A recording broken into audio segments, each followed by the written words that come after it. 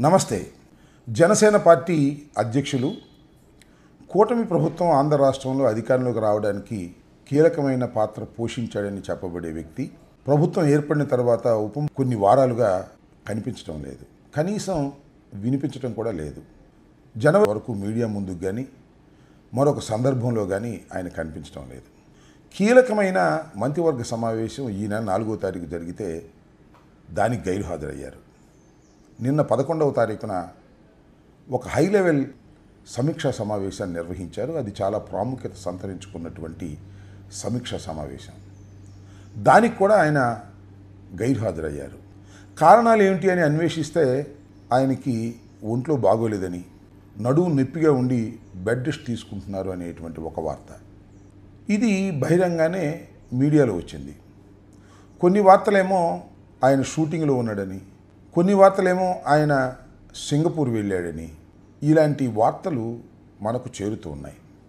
ముఖ్యంగా ఈ మధ్యకాలంలో జరిగినటువంటి కొన్ని పరిణామాల వలన పవన్ కళ్యాణ్ గారు కొద్దిగా బాధపడుతున్నారని, ఆయనకు ఉప ముఖ్యమంత్రి ఇచ్చిన తర్వాత తెలుగుదేశం పార్టీకి ముఖ్యంగా ఉన్నటువంటి మీడియా సంస్థలు కొన్ని అసలు ఉప ముఖ్యమంత్రి అనేది పెద్ద పదవీ కాదు, రాజ్యాంగబద్ధంగా దానికి చట్టబద్ధత లేదు, కాబట్టి అది 6వ వేలు లాంటిది, ఏదో ఆయన సంతృప్తి పడటం కోసం మాత్రమే ఆ ఉప ముఖ్యమంత్రి స్థానాన్ని ఇచ్చారు అనేటువంటి మాట కావాలని ప్రచారం చేస్తున్నటువంటి సందర్భాలు కూడా మనం చూస్తున్నాం. ఇవన్నీ చూస్తున్నప్పుడు ఏదైనా అగాధం ఉందా? దీనికి తోడు మరొక అంశం కూడా ఉంది. అదేమిటంటే ఆయన అన్నగారైనటువంటి నాగబాబు గారిని క్యాబినెట్లోకి తీసుకుంటామని చాలా రోజుల క్రితం లిఖితపూర్వకంగా లెటర్ ఇచ్చారు, కానీ క్యాబినెట్లోకి తీసుకోలేదు. అసలు తీసుకుంటారో తీసుకోరో అర్థం కావడం లేదు. పైగా అసలు క్యాబినెట్లోకి నేను రాను అన్నట్టుగా సంకేతాలు ఇస్తున్నాడు నాగబాబు గారు అనేటువంటి మాటలు కూడా వినిపిస్తున్నాయి. వీటన్నిటి మధ్యన చూస్తే ఏదో జరుగుతుంది, సంథింగ్ రాంగ్ అనేటువంటి భావన ప్రజల్లో కలుగుతుంది. ప్రచారం కూడా జరుగుతూ ఉంది.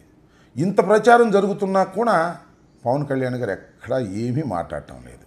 పైగా ఈ రోజు నుంచి అంటే 12వ తారీఖు నుంచి దక్షిణాది రాష్ట్రాల్లో సనాతన ధర్మాన్ని ప్రచారం చేయటం కోసం ఆయన పర్యటిస్తారు అనేటువంటి వార్త కూడా ఒకటి వస్తుంది.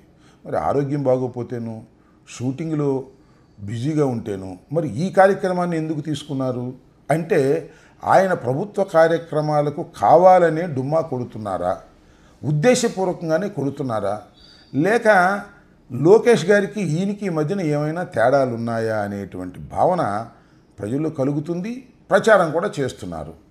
కానీ పవన్ కళ్యాణ్ గారు మాత్రం నోరు మెదపనటువంటి పరిస్థితుల్లో ఉంది. ఏది ఏమైనా ప్రభుత్వంలో ఒక కీలక బాధ్యతలు, ఉప ముఖ్యమంత్రికి పెద్ద ప్రాముఖ్యత ఉందా లేదా అనే విషయాన్ని పక్కన పెడితే ఆయన శాఖ చాలా ప్రాముఖ్యత సంతరించుకున్నటువంటి శాఖ. ఒక శాఖ కూడా కాదు, 2-3 శాఖలు కలిసినటువంటి ఒక బంచ్. దాని గురించి కూడా మరి ఈ మధ్యకాలంలో ఆయన ఏమీ మాట్లాడకపోవటం, యాక్టివ్గా లేకపోవటం ప్రజల్లో అనేక సందేహాలకు తావిస్తుంది.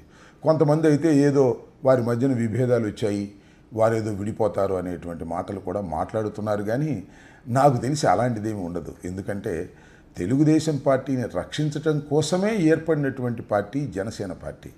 తెలుగుదేశాన్ని అధికారంలో ఉంచటం కోసమే కృషి చేయడానికి నిర్ణయించుకుని ప్రయాణం చేస్తున్నటువంటి జనసేన పార్టీ అధినేత పవన్ కళ్యాణ్ గారు విభేదిస్తారని నేను అనుకోను. తెలుగుదేశం పార్టీ, చంద్రబాబు నాయుడు గారు, లోకేష్ గారు ఎన్ని చేసినా విభేదించే పరిస్థితి ఉండదు. వాళ్ళని ఫాలో అయ్యే క్రమంలోనే ముందుకు వెళతారనేది నాకున్నటువంటి సమాచారం, నాకున్నటువంటి నమ్మకం. ఆవిర్భావమే జనసేన తెలుగుదేశానికి కొమ్ము కాయటం కోసం ఏర్పడినటువంటి ఒక రాజకీయ పార్టీ. చాలామంది అనుకుంటారు జనసేనకు సంబంధించిన వారు, జనసేన అంటే ప్రాణం పెట్టేవారు, ఎప్పటికైనా మన పవన్ కళ్యాణ్ గారు ముఖ్యమంత్రి కాకపోతారా అనేటువంటి భావన వ్యక్తం చేస్తున్నా అవి వాస్తవాలు కావు. ఆ దృక్పథం కానీ, ఆ ఆలోచన కానీ, అలాంటి పద్ధతి కానీ పవన్ కళ్యాణ్ గారి దగ్గర లేదు అనేది చాలామందికి తెలియనటువంటి అంశం. ఏది ఏమైనా ఒకటి మాత్రం వాస్తవం, ఇంత పెద్ద ఎత్తున ప్రచారం జరుగుతున్నప్పుడు ఉప ముఖ్యమంత్రి, జనసేన పార్టీ అధినేత అయిన పవన్ కళ్యాణ్ గారు నోరు విప్పకపోవటం అనేది ప్రజాస్వామ్యంలో సరైనటువంటి విధానం కాదనేది నా అభిప్రాయం. కాబట్టి తక్షణమే ఆయన ఎందుకు గైర్హాజరవుతున్నారు, ఎందుకు ప్రభుత్వం కార్యక్రమాలను లెక్క చేయకోకుండా ముందుకు వెళుతున్నారో ప్రజలకు చెప్పవలసినటువంటి అవసరం ఉందని నేను భావిస్తున్నాను. ఇది కేవలం సలహా మాత్రమే, వారిష్టం. అది వారు ఏదైనా ఏమైనా చేసుకోవచ్చు, నాకేం అభ్యంతరం లేదు. కానీ ఇలా మౌనంగా ఉండి కార్యక్రమాలకు పాల్గొకపోవటం అనేది సరైనటువంటి విధానం కాదనేది మాత్రం సమీక్షా సమావేశాన్ని నిర్వహించారు. అది చాలా ప్రాముఖ్యత సంతరించుకున్నటువంటి సమీక్షా సమావేశం. దానికి కూడా ఆయన గైర్హాజరయ్యారు. కారణాలు ఏమిటి అని అన్వేషిస్తే ఆయనకి ఒంట్లో బాగోలేదని, నడుము నొప్పిగా ఉండి బెడ్ రెస్ట్ తీసుకుంటున్నారు అనేటువంటి ఒక వార్త. ఇది బహిరంగానే మీడియాలో వచ్చింది. కొన్ని వార్తలేమో ఆయన షూటింగ్లో ఉన్నాడని, కొన్ని వార్తలేమో ఆయన సింగపూర్ వెళ్ళాడని, ఇలాంటి వార్తలు మనకు చేరుతూ ఉన్నాయి. ముఖ్యంగా ఈ మధ్యకాలంలో జరిగినటువంటి కొన్ని పరిణామాల వలన పవన్ కళ్యాణ్ గారు కొద్దిగా బాధపడుతున్నారని, ఆయనకు ఉప ముఖ్యమంత్రి ఇచ్చిన తర్వాత తెలుగుదేశం పార్టీకి ముఖ్యంగా ఉన్నటువంటి మీడియా సంస్థలు కొన్ని అసలు ఉప ముఖ్యమంత్రి అనేది పెద్ద పదవే కాదు, రాజ్యాంగబద్ధంగా దానికి చట్టబద్ధత లేదు, కాబట్టి అది ఆరో వేలు లాంటిది, ఏదో ఆయన సంతృప్తి పడటం కోసం మాత్రమే ఆ ఉప ముఖ్యమంత్రి స్థానాన్ని ఇచ్చారు అనేటువంటి మాట కావాలని ప్రచారం చేస్తున్నటువంటి సందర్భాలు కూడా మనం చూస్తున్నాం. ఇవన్నీ చూస్తున్నప్పుడు ఏదైనా అగాధం ఉందా? దీనికి తోడు మరొక అంశం కూడా ఉంది. అదేమిటంటే ఆయన అన్నగారైనటువంటి నాగబాబు గారిని క్యాబినెట్లోకి తీసుకుంటామని చాలా రోజుల క్రితం లిఖితపూర్వకంగా లెటర్ ఇచ్చారు, కానీ క్యాబినెట్లోకి తీసుకోలేదు. అసలు తీసుకుంటారో తీసుకోరో అర్థం కావడం లేదు. పైగా అసలు క్యాబినెట్లోకి నేను రాను అన్నట్టుగా సంకేతాలు ఇస్తున్నాడు నాగబాబు గారు అనేటువంటి మాటలు కూడా వినిపిస్తున్నాయి. వీటన్నిటి మధ్యన చూస్తే ఏదో జరుగుతుంది, సంథింగ్ రాంగ్ అనేటువంటి భావన ప్రజల్లో కలుగుతుంది. ప్రచారం కూడా జరుగుతూ ఉంది. ఇంత ప్రచారం జరుగుతున్నా కూడా పవన్ కళ్యాణ్ గారు ఎక్కడా ఏమీ మాట్లాడటం లేదు.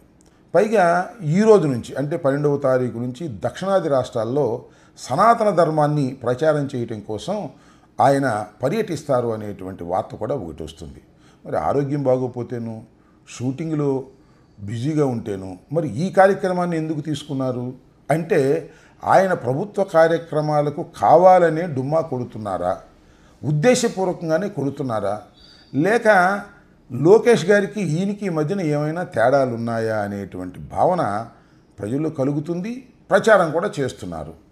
కానీ పవన్ కళ్యాణ్ గారు మాత్రం నోరు మెదపనటువంటి పరిస్థితుల్లో ఉంది. ఏది ఏమైనా ప్రభుత్వంలో ఒక కీలక బాధ్యతలు, ఉప ముఖ్యమంత్రికి పెద్ద ప్రాముఖ్యత ఉందా లేదా అనే విషయాన్ని పక్కన పెడితే ఆయన శాఖ చాలా ప్రాముఖ్యత సంతరించుకున్నటువంటి శాఖ.